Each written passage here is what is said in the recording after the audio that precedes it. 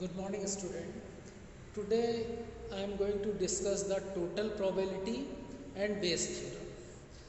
So I will explain the total probability by taking an example. Suppose there are three boxes. In first box there are 3 red ball, 4 black ball. In the second box there are 5 red ball, 6 black ball, and in the third box there are 4 red ball and 7 black ball. Suppose I have to select one red ball. So before selecting the ball, I will first select the box. So first I will select the box and then I will select the red ball from the box. So suppose E1 is the event that first box is selected, E2 is the event then second ball is selected, and E3 is the event that third box is selected, and A is the event that selected ball is red. Now E1 is the event that first box is selected, so probability of selection of first box will be 1/3. अब अगर 3 के बजाय 4 box होते तो पहले box के select होने की प्रोबेबिलिटी 1/4 हो जाती। 3 के बजाय अगर 2 बॉक्स होते तो फर्स्ट बॉक्स के सेलेक्ट होने की प्रोबेबिलिटी हाफ हो जाती। In the same way probability of selection of second box will be 1/3 and probability of selection of third box will be 1/3. Now after the selection of box we will select the red ball, तो that will be the conditional probability, यानी box select करने के बाद जब हम red ball select करेंगे तो वो रेड बॉल के सेलेक्ट करने की कंडीशनल प्रोबेबिलिटी हो जाएगी। तो first conditional probability means red ball selected after the selection of first box, यानी फर्स्ट बॉक्स को सेलेक्ट करने के बाद अगर रेड बॉल हम सेलेक्ट कर रहे हैं तो that is the conditional probability of selection of red ball when first box is already selected. तो फर्स्ट बॉक्स में से रेड बॉल सेलेक्ट होने की प्रोबेबिलिटी 3/7 हो जाएगी, क्योंकि रेड बॉल है 7 और रेड बॉल है 3 और टोटल बॉल है 7। In the same way second box में से रेड बॉल सेलेक्ट होने की प्रोबेबिलिटी जो है ये हो जाएगी 5/11। इसी तरीके से थर्ड बॉक्स में हमारी रेड बॉल है 4 और टोटल बॉल है 11, तो थर्ड बॉक्स में से रेड बॉल सेलेक्ट होने की प्रोबेबिलिटी 4/7 हो जाएगी।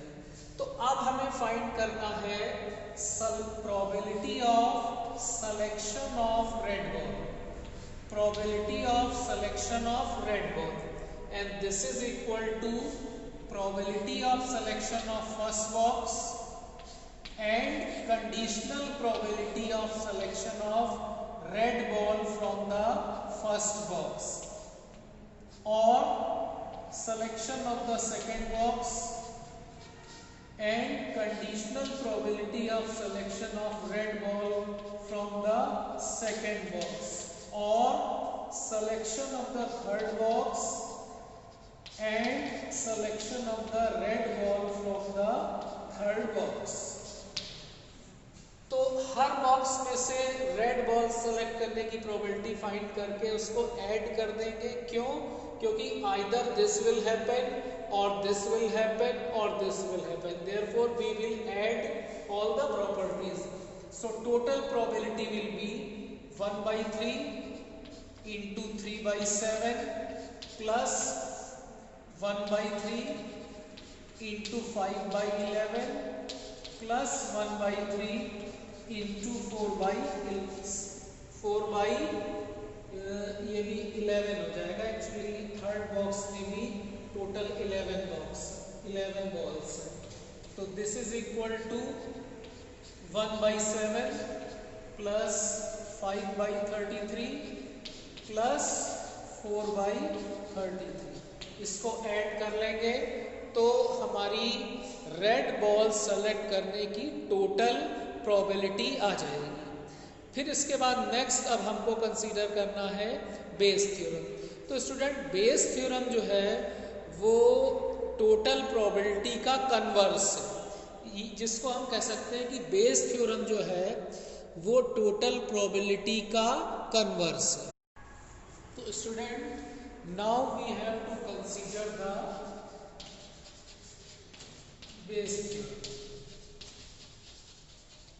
Actually base theorem is a converse process of total probability.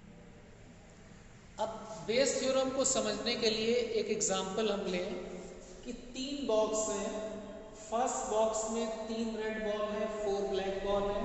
Second box में 5 red ball and 6 black ball. In the third box 4 red ball and 7 black ball. So अभी हम लोग ने जो टोटल प्रोबेबिलिटी करी थी उसमें क्या था कि हम अगर रेड बॉल सेलेक्ट कर रहे हैं तो इस चीज़ की प्रोबेबिलिटी फाइंड करो कि the selected ball is a red. तो वहाँ पे हमने क्या किया था कि बॉल सेलेक्ट करने से पहले बॉक्स सेलेक्ट किया था और फिर बॉक्स सेलेक्ट करने के बाद उस पर्टिकुलर बॉक्स से बॉल सेलेक्ट करी थी। बेस थ्योरम जो है वो टोटल प्रोबेबिलिटी का रिवर्स प्रोसेस है। जैसे हम कहें कि 3 बॉक्स हैं, उनमें रेड और ब्लैक बॉल्स हैं and red ball is selected.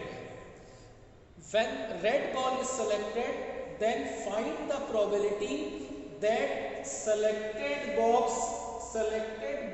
is from the second box. इस चीज की प्रोबेबिलिटी फाइंड करो कि सेलेक्टेड बॉल जो है वो सेकंड बॉक्स से, यानी हमने जो सेलेक्ट करी है बॉल वो रेड बॉल है, but you have to find the probability that selected red ball is from the second box. So this is called the Bayes theorem. तो हम ये कह सकते हैं कि Bayes theorem जो है वो टोटल प्रोबेबिलिटी का कन्वर्स प्रोसेस है। यहाँ पे 3 बॉक्स हैं, उनमें बॉल्स दे रखी हैं और हमसे ये कहा जा रहा है कि हमने एक रेड बॉल सेलेक्ट करी, तो इस चीज़ की प्रोबेबिलिटी फाइंड करो कि सेलेक्टेड रेड बॉल जो है वो सेकेंड बॉक्स से होगी।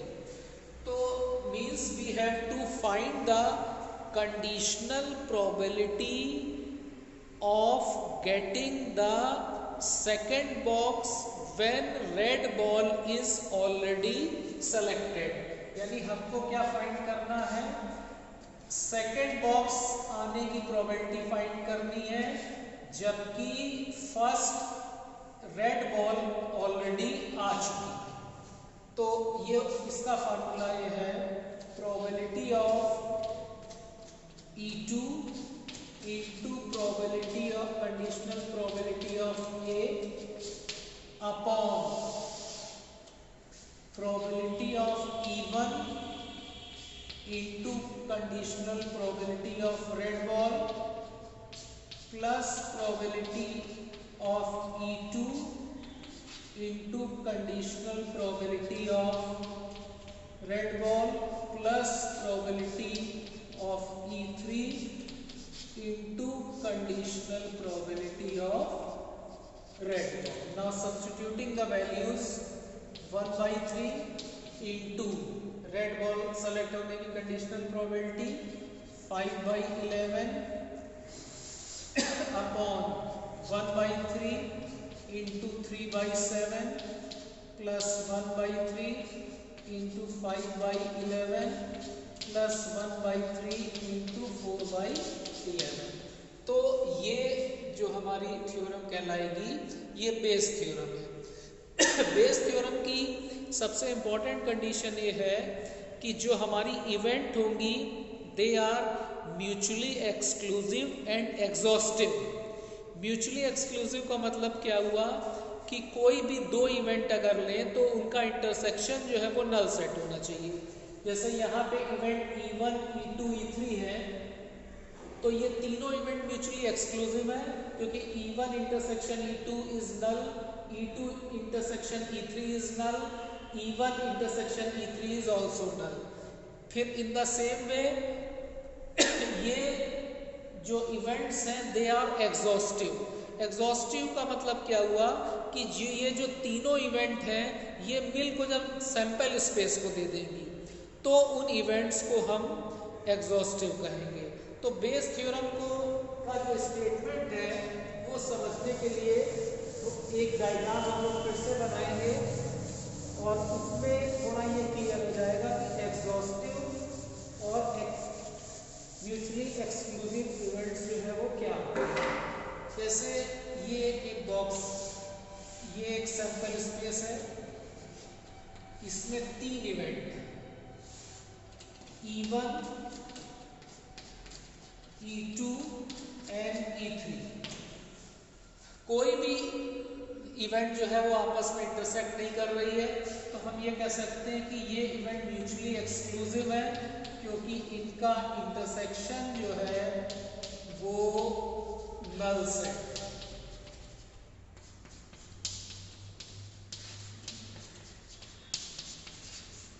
फिर तीनों इवेंट मिलके सैंपल स्पेस को फॉर्म कर रही है, यानी sample space is equal to E1 union E2 union E3। तो फर्स्ट कंडीशन हमारी कहलाती है म्यूचुअली एक्सक्लूसिव और सेकंड कहलाती है म्यूचुअली एग्जॉस्टिव। अब अगर ये इवेंट म्यूचुअली एक्सक्लूसिव और एग्जॉस्टिव हैं तो बेस थ्योरम ये कहती है कि एक पर्टिकुलर इवेंट अगर ए इनमें से हमने सेलेक्ट करी है तो वो इवेंट E1 में होने की प्रोबेबिलिटी, यानी probability of conditional probability of E1, this is equal to probability of E1 into conditional probability of A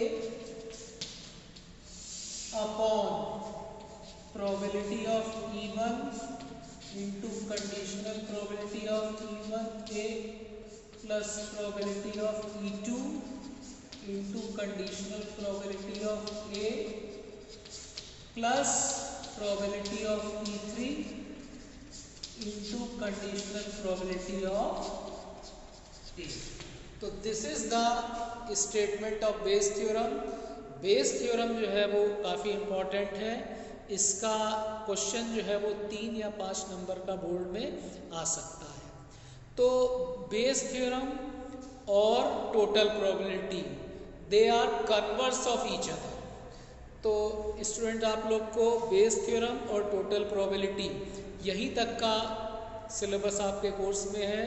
binomial distribution जो है वो आपके सिलेबस से हटा दिया गया है। तो स्टार्टिंग की 4 एक्सरसाइज जो है वो आपको करनी है।